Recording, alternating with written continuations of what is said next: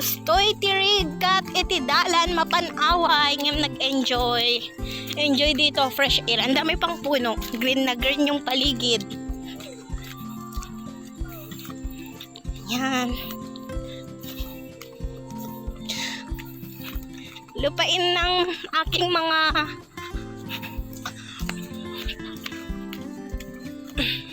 lolo at lola.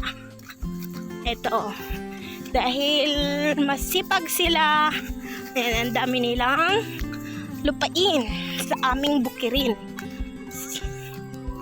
Ayan, yung mga aso tatakbuhan, nag-e-enjoy din sila kasama sa amin magpakain ng isda sa fish pan.